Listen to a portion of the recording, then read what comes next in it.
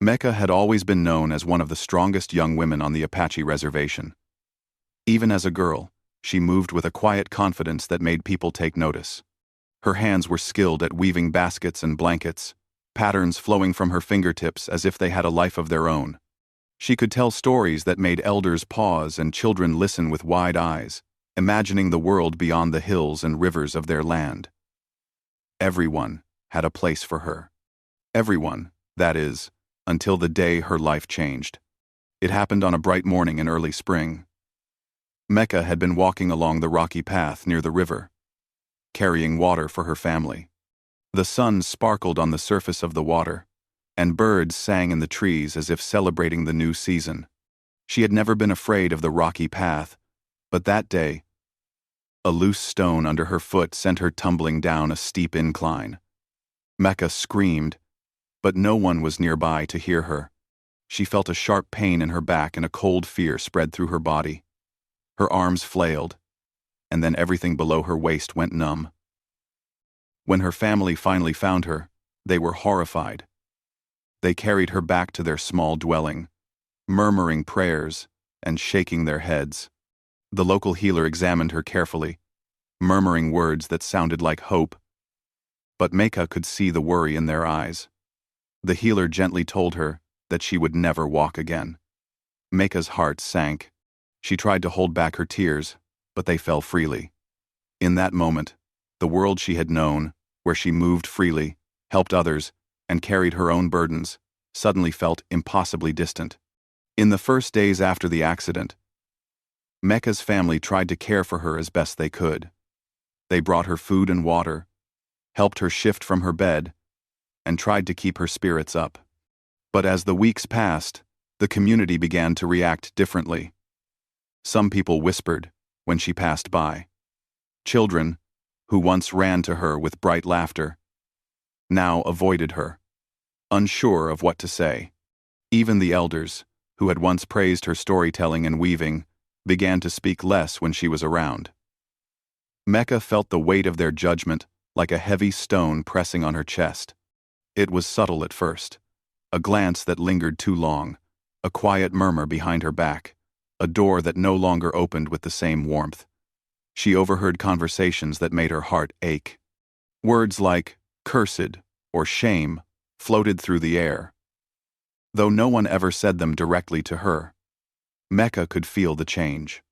She felt the community shrinking around her, as if invisible walls were rising, pushing her to the outskirts of life she had once been a part of. Mecca tried to ignore it. She told herself that she was still the same person inside, that her hands still worked, and her mind still held stories that could inspire anyone. She practiced weaving from her bed, looping strands of colorful thread into shapes she remembered from happier times.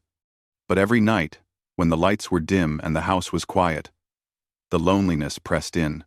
She missed the laughter of children, the camaraderie of other young women, the warmth of a community that had once welcomed her. The silence felt like a vast, empty desert, stretching endlessly around her.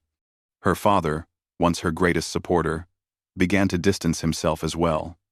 He did not mean to hurt her, but the shame of her accident seemed to weigh on him too.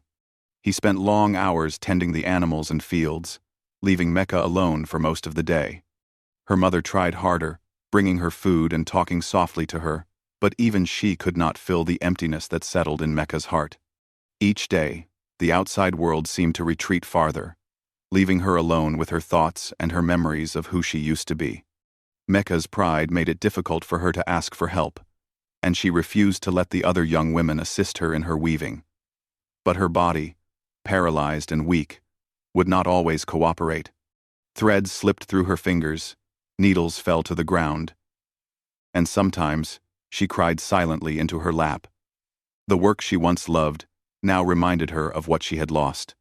Yet even in despair, a spark of determination remained. She would not let herself vanish completely, not while she could still use her mind and her hands to create something beautiful. But the whispers and avoidance of the community grew louder with time. Even gatherings, once joyful and filled with music and dancing, became places where Mecca felt unwanted. She would watch from the edge of the circle as others laughed and sang, wishing she could join but knowing the judgmental eyes would not forgive her presence. One day, she overheard a group of young men say that she had brought bad luck to the reservation. The words cut deeper than any fall or injury could, and she felt the bitter sting of rejection for the first time in her life. Mecca began to notice the changes in subtle ways too. Doors that were once open to her were now closed. Offers of help became fewer and fewer. People who had been her friends moved their homes farther away. The same town that had once celebrated her skills now avoided her, as if her accident were contagious. She felt invisible in a way she had never imagined, as if her existence had become a burden that others wished to ignore. At night, Mecca would lie awake listening to the wind rustling through the trees and the distant calls of wolves. She wondered if she would ever belong again, if anyone would ever see her as more than her paralysis. Tears would flow quietly, and she would whisper her own stories to the darkness, telling herself that perhaps somewhere, somehow, someone would understand. Her heart ached for acceptance, but she began to realize that the world she had known might no longer be the world she could live in. One evening, as the sun set behind the distant hills, casting long shadows over the reservation, Mecca felt a quiet resolve stir inside her. She could not change what had happened, nor could she force the community to see her differently. But she could choose how she lived. She could still weave, still tell stories, still dream. And maybe, just maybe, there was a place somewhere that would welcome her as she truly was. That thought, small as it seemed, gave her a flicker of hope. Though the days were long and lonely, Mecca learned to rely on her inner strength. She watched the seasons change, noticing the smallest miracles in nature, a bird building a nest, the first bloom of wildflowers, the soft ripple of the river she could no longer walk along. These simple observations became her companions, reminders that life, though altered, still carried beauty. And as she began to find peace in small moments, the possibility of meeting someone who could see her worth beyond her paralysis lingered quietly on the horizon. Mecca's life had been forever changed by a single fall, but her spirit remained unbroken. She was alone, yes, but not defeated. And as she closed her eyes each night, she allowed herself a secret hope, a hope that one day, someone would step into her life and recognize the person she still was, beneath the pain, beyond the judgment, and outside the confines of her small, shrinking world. Life on the outskirts of the reservation was hard. Mecca had grown used to solitude, but the world around her felt harsher than ever. She no longer had the support of her friends or the admiration of the elders, and even her family seemed unsure how to treat her. They tried to help, but there were limits, and Mecca felt the weight of that distance keenly. She had to rely on herself for almost everything, from fetching water to making simple meals, and the effort exhausted her. Each day was a struggle to maintain her dignity, a quiet fight to survive in a place that had begun to feel unwelcoming and cold. She had built a small corner near the edge of the forest where she could see the distant hills and the river. It wasn't much, just a few blankets for warmth, a low wooden stool, and some personal belongings, but it became her sanctuary. Here, Mecca could sit quietly and watch the world move around her, even if she could not participate fully in it. She would watch families passing by, children running and laughing, and she felt both longing and sorrow. Their lives continued as usual, and she felt like a shadow of her former self, fading slowly into the background. The isolation was not only physical but emotional. Mecca's days were long, filled with silence and reflection. Sometimes she spoke aloud to herself, telling stories she remembered from her youth or imagining new ones. Her voice became her companion, a small rebellion against the loneliness that threatened to swallow her spirit. In these moments, she was reminded of her strength, of the life she had lived, and of the person she still was beneath the paralysis. But even her stories could not erase the ache of being forgotten by those who had once called her friend. Food was another challenge. Mecca could no longer gather from the river or hunt in the hills, as she once did. She relied on what she could carry, scavenge, or receive from her family in small, infrequent visits. Often, she went without enough to eat, her stomach gnawing in protest. But she refused to beg. Pride kept her silent, though hunger made her weak and tired. Despite these hardships, she learned to be creative, finding ways to stretch what little she had into nourishing meals. She discovered edible plants in the nearby forest, roots she could cook, and berries that grew in abundance in certain seasons. Every meal became a small victory, a reminder that even in isolation, she could survive. The changing seasons mirrored her life in subtle ways.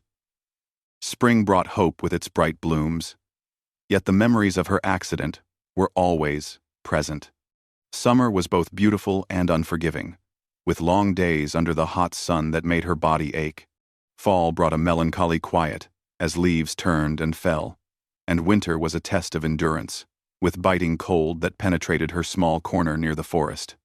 Each season challenged her, but it also taught her patience and resilience.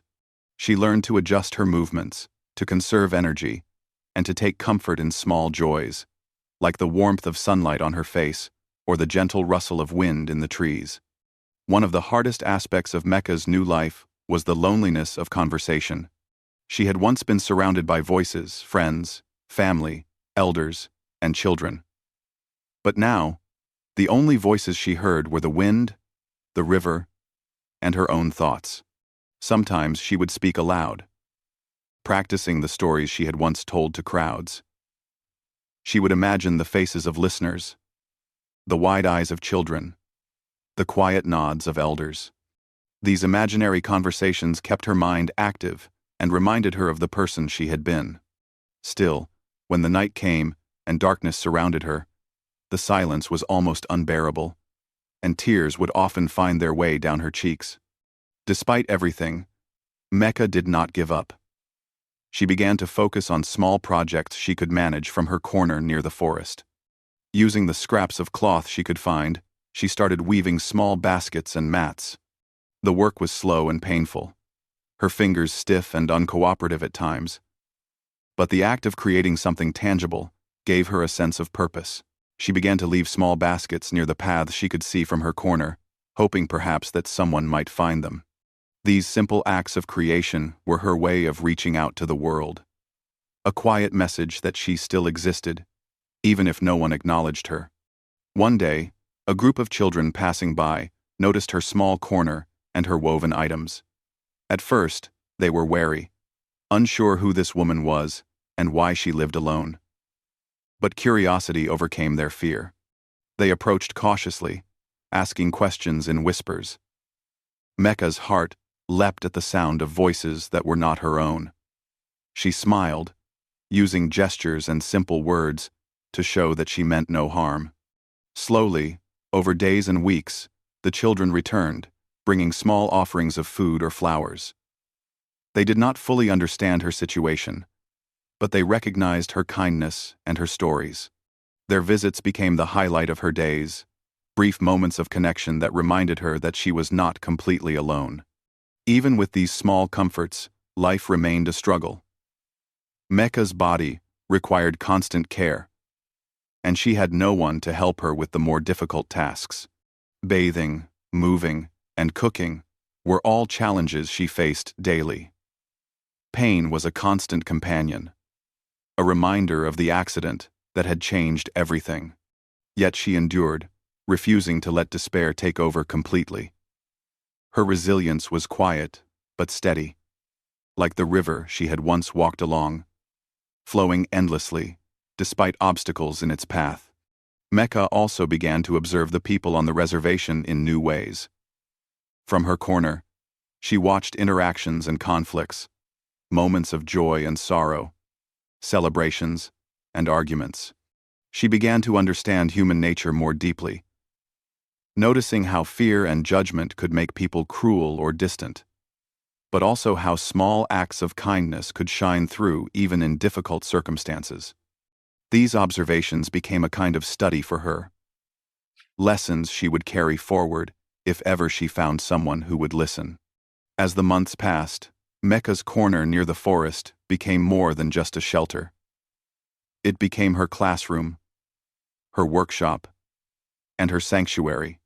She discovered ways to adapt her environment to her needs, using sticks and stones to create supports for her body, arranging blankets for comfort, and keeping her belongings organized so she could reach them with minimal effort.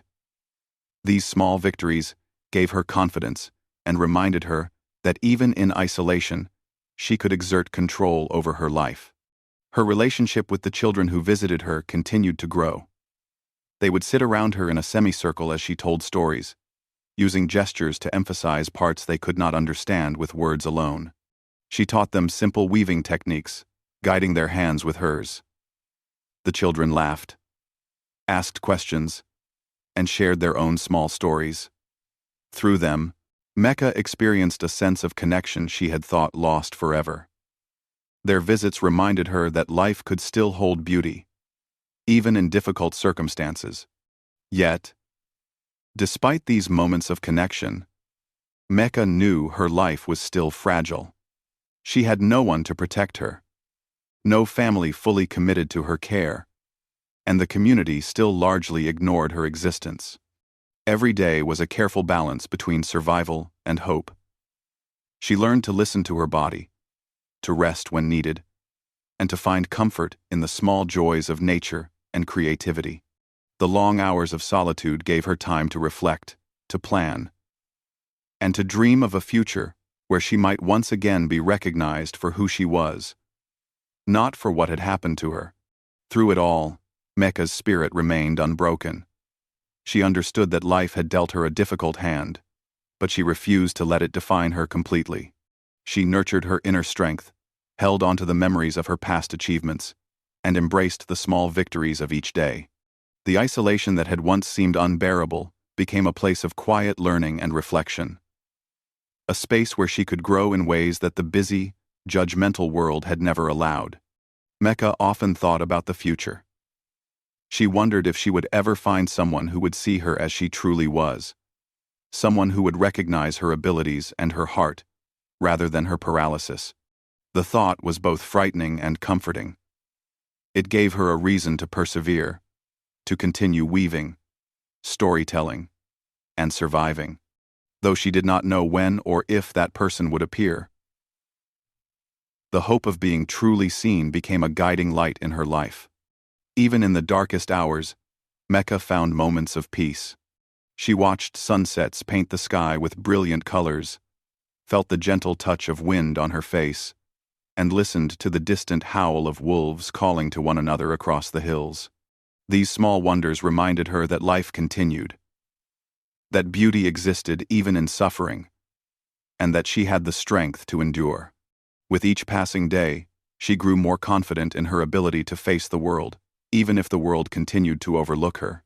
And so, Mecca continued to live on the edge of the reservation, not fully part of the community, but not entirely alone. Her days were filled with struggle, but also with learning, creation, and small connections that nurtured her spirit. She was a woman who had faced loss, rejection, and hardship. Yet she refused to vanish quietly. She survived not just through necessity, but through determination, hope, and the quiet courage that had always defined her. Mecca's story in these months of solitude was one of resilience. Though cast out and overlooked, she continued to grow, to teach, and to dream. She discovered the strength that comes from relying on oneself, the joy of small victories, and the possibility of connection, even in unexpected forms. And deep in her heart, she held onto a secret hope that her life, though changed, might still take a turn for the better. Perhaps through the kindness of someone who would see her worth, beyond the misfortune that had altered her path. The first time John McAllister saw Mecca, it was early morning, on a chilly autumn day. He had ridden out to check on the farthest edge of his land, a quiet stretch of pasture that bordered the hills and forests near the reservation. John was a man of few words and quiet habits. He kept to himself most of the time, tending to his cattle, fixing fences, and walking the land he had known since he was a boy. People in the nearby town knew him as reserved, dependable, and somewhat mysterious.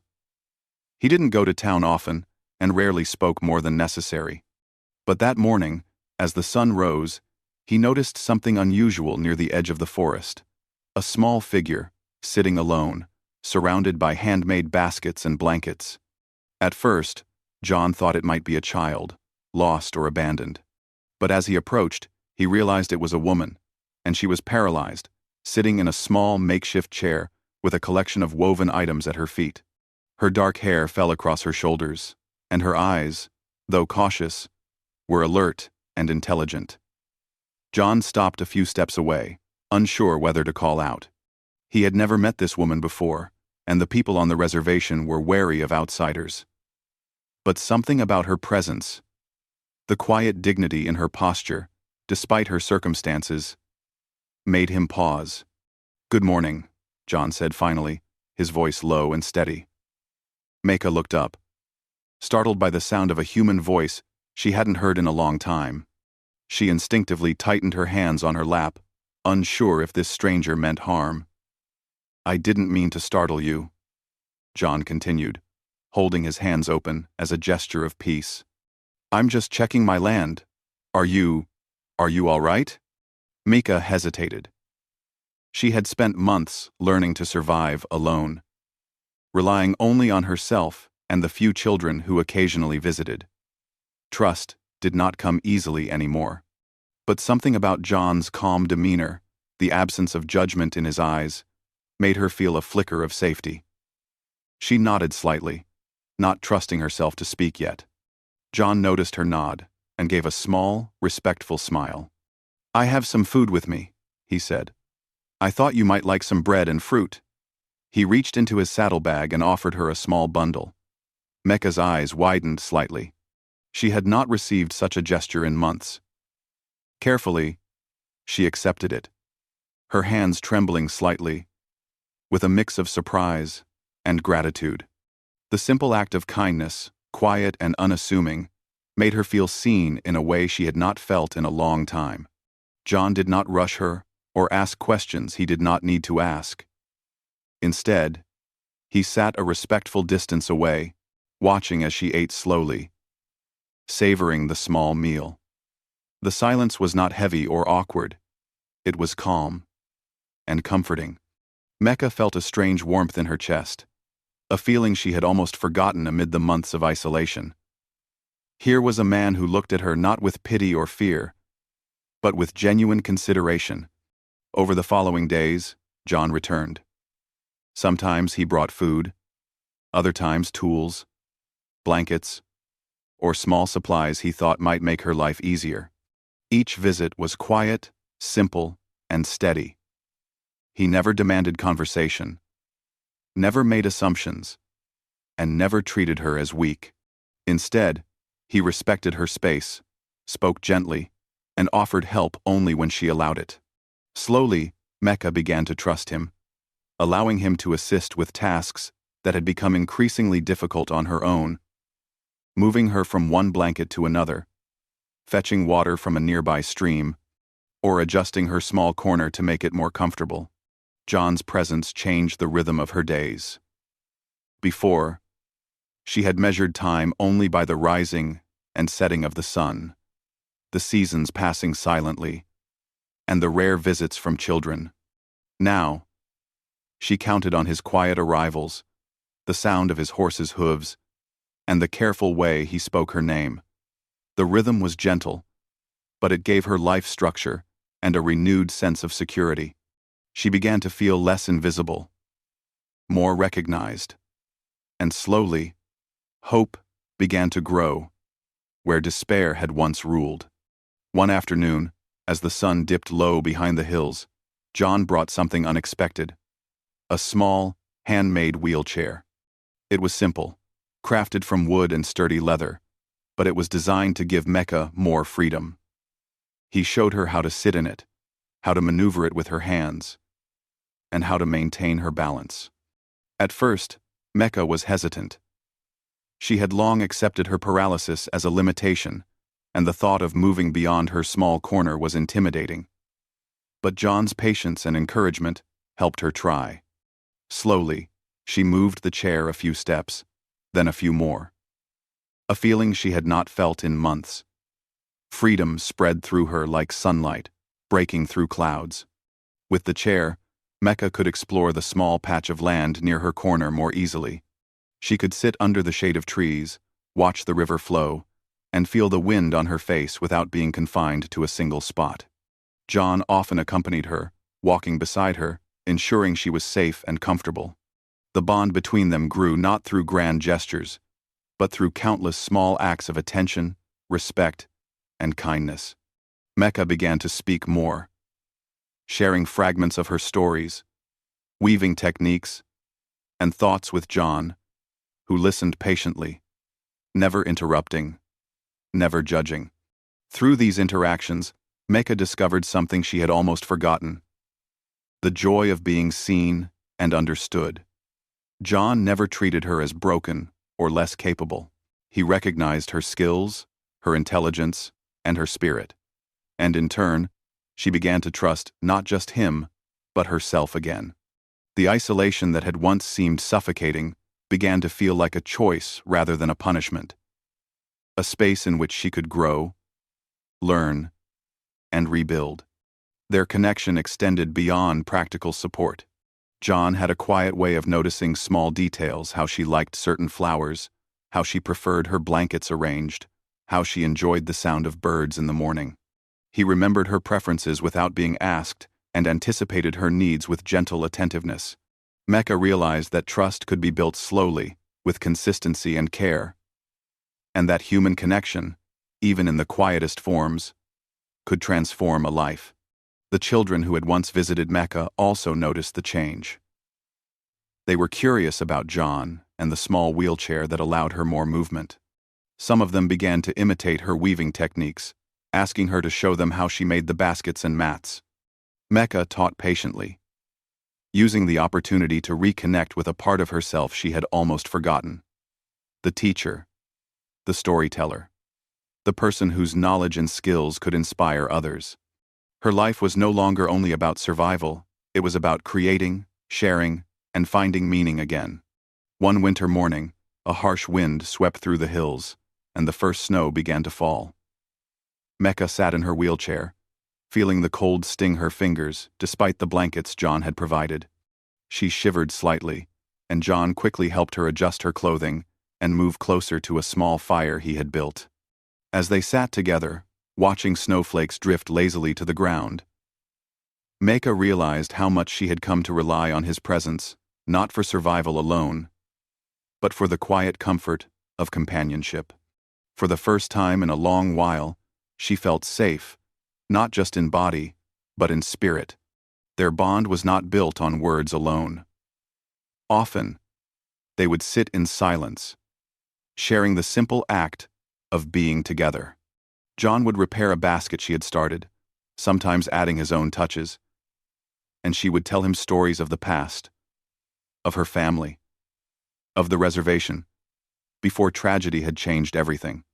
He listened, his eyes attentive, his hands steady. Mecca felt a deep sense of gratitude, not just for his help, but for his unwavering respect and acceptance. She began to hope that life might hold new possibilities, that kindness could exist even in the harshest circumstances. Through John's steady support, Mecca began to dream again. She imagined traveling slightly farther from her corner, teaching children from nearby areas, perhaps even sharing her stories beyond the reservation. She considered creating more baskets, improving her designs, and finding small ways to contribute to a world that had once seemed closed to her. John never pressured her. He simply provided the stability and encouragement she needed to believe in herself again. His quiet presence became a foundation, a safe harbor in a life that had once felt adrift and hopeless. As spring approached, the first buds appeared on the trees, signaling new beginnings. Mecca looked around her small domain, her wheelchair parked under a budding tree, baskets arranged neatly, blankets folded carefully, and John repairing a fence in the distance. She realized how far she had come from the depths of isolation and despair to a place of connection, growth, and renewed hope. The presence of one kind, patient person had shifted the course of her life in ways she had never imagined possible. Mecca understood that life would still have challenges. Her body remained paralyzed, and the outside world could still be harsh and unforgiving. But she now faced these challenges with support, confidence, and hope. She had discovered that human kindness could restore more than just physical comfort. It could restore dignity, purpose, and belief in the future. She had found a companion who saw her for who she truly was, beyond her accident, beyond the judgments of others, and beyond the isolation that had once defined her life. By the end of that first year with John, Mecca had grown stronger in body and spirit. She moved her wheelchair with more ease. Her weaving improved, and her confidence returned. She laughed again, sometimes quietly, sometimes aloud, a sound that had been absent for too long.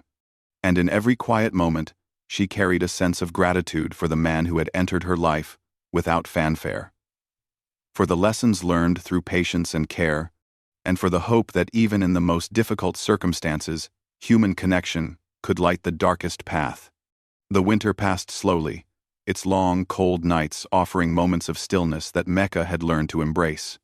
The snow melted, and the earth, tired from months of frost, slowly began to warm, carrying with it the scent of renewal. Mecca could feel the change in the air, a shift that seemed to echo within her own heart. The time had come for her to reclaim a part of her life that had seemed lost forever. Purpose. She had spent so much time in isolation, learning to survive, learning to cope with her new reality, that she had almost forgotten the joy of teaching, of sharing what she knew.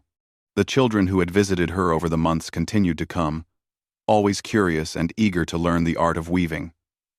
They had grown fond of Mecca, not just for her skill, but for the stories she shared. They listened to her with wide eyes, imagining the worlds she described, worlds of ancient spirits, of animals who spoke in dreams, of heroes and heroines who faced impossible odds with courage and wisdom. These children reminded her of the joy she had once found in sharing her culture, her heritage, and her knowledge. One morning, as the sun broke through the clouds and the land began to show the first signs of spring, Mecca had an idea. She wanted to teach more than just the children in her small corner. She wanted to share her craft with others outside of her immediate circle. She felt the stirrings of ambition, something she hadn't allowed herself to feel in a long time. If she could teach the children, perhaps she could teach others, too young and old alike. John had been instrumental in this quiet revolution within her. He had brought her the wheelchair that allowed her to move freely, had encouraged her to share her stories again, and had supported her in ways that made her feel whole again. She owed him a debt of gratitude for that. But it wasn't just his practical help that had made the difference. It was the way he saw her, not as a broken person, but as someone capable of giving back to the world. With that thought, Mecca set out to expand her little corner of the world. She began to weave larger baskets, mats, and blankets, things she could trade or offer to others. Her weaving grew more intricate, her designs more beautiful. She paid attention to the smallest details, the texture of the thread, the way light played off the colors, the careful balance between function and beauty. The work felt purposeful again, and with each completed piece, her confidence grew. The act of creating something tangible, something meaningful, filled her with pride. It was as though she were reclaiming a part of herself that had been lost during the dark months of her isolation. John noticed the change in her, too. He saw the way her eyes sparkled when she spoke of her work, the new sense of purpose that had entered her days. He would stop by more often, helping when she needed it, supporting her quietly, without demanding anything in return. And Mecca began to share more with him. Her dreams of teaching, her thoughts about expanding her craft. He listened, always patient, always encouraging, and never judgmental. "I think I can do more," Mecca said one day, as she watched him repair a broken fence near her corner. "I think I can teach others, John. There are people who could use what I know. People who might want to learn weaving, or stories, or—" Her voice trailed off, unsure how to explain the depth of her feeling. John turned to look at her, a gentle smile on his lips. "I think you're right," he said simply. "You have more to offer than you know, Mecca. I've seen it." Her heart swelled with gratitude, and she knew, in that moment, that she was ready to take the next step. She began to prepare, gathering the materials she would need to teach. She set up a small area where she could meet with others on the outskirts of the reservation, just beyond the trees where the sun would warm the ground. She started by inviting the children who had been her first students, asking them to bring their families or friends if they wanted to learn. Word slowly spread, and more people began to come. The first day of her new venture was small, just a few people, mostly children and their parents. But the atmosphere was different from before. There was no judgment, no avoidance. Instead, there was a sense of curiosity, respect, and wonder. Mecca felt a mix of nervousness and excitement as she showed them how to weave, explaining the importance of patience, the value of precision, and the beauty of the designs. She shared stories that had been passed down through generations. Stories of her ancestors, of the land, and of the animals that roamed freely in the hills. Her voice was steady now, no longer trembling with uncertainty. She had found her rhythm again, her voice resonating with confidence and strength. As the days passed, more people came, not just children, but adults as well, people who had heard of her skills and wanted to learn. The reservation, once a place where she had felt isolated and ignored, slowly began to feel like home again. People stopped by to watch, to learn, to listen. They brought gifts of food, blankets, and tools in exchange for the lessons they received. Mecca didn't care for payment in the usual sense. The true reward was in the connections she was building. She was no longer just a woman on the edge of the reservation, forgotten and isolated. She had become a teacher, a storyteller, a mentor. The craft of weaving was a powerful way to bring people together. As the threads crossed over and under, forming patterns and shapes, so too did the people of the reservation begin to weave themselves back into Mecca's life. They shared stories as they worked, helped one another when something went wrong, and celebrated their small successes. The connection between Mecca and her students grew deeper with each passing day. She began to realize that teaching was not just about imparting knowledge, but about sharing a part of herself. It was about trust, about creating something with others, about learning together. And so, Mecca's life unfolded in a new direction. She was no longer defined by her accident, no longer defined by the isolation that had once seemed unbearable. She had found a way to connect, to teach, to inspire. The baskets she wove were not just items to be sold or traded. They were symbols of strength, resilience, and hope.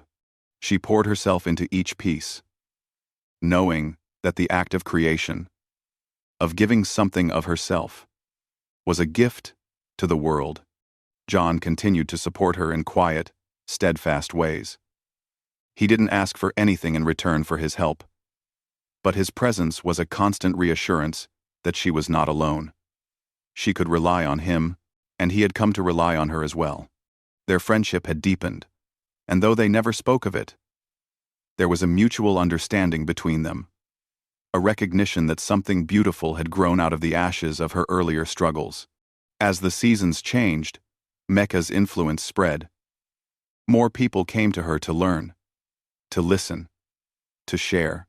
Her classes became a regular part of life in the community, and her teachings reached beyond the reservation, bringing others who had heard of her work. She was no longer a woman cast aside by her own people. She was a teacher, a guide, a force for positive change. One day, as she sat under the shade of a large tree, teaching a group of children how to weave the intricate patterns she had learned from her ancestors. Mecca realized how far she had come. The woman who had once felt forgotten, abandoned, and broken was now a woman who had found her place again. She had found meaning, connection, and purpose in ways she had never thought possible. And it wasn't just the weaving, or the stories, or the lessons she had taught others. It was the quiet, steady confidence that had come from within. She had rebuilt herself, one lesson at a time, and in doing so, had rebuilt her world. She looked up at the sky, feeling the warmth of the sun on her face, and for the first time in a long while, she smiled a smile full of contentment, hope, and the quiet strength that had always been a part of her, even when she couldn't see it. Mecca had found her way back to life, not because of what had been taken from her, but because of what she had learned to give. And in giving, she had found not just healing, but a deep sense of belonging. The woman who had once been cast aside had become a beacon of strength, a teacher whose story would be remembered long after the seasons had passed.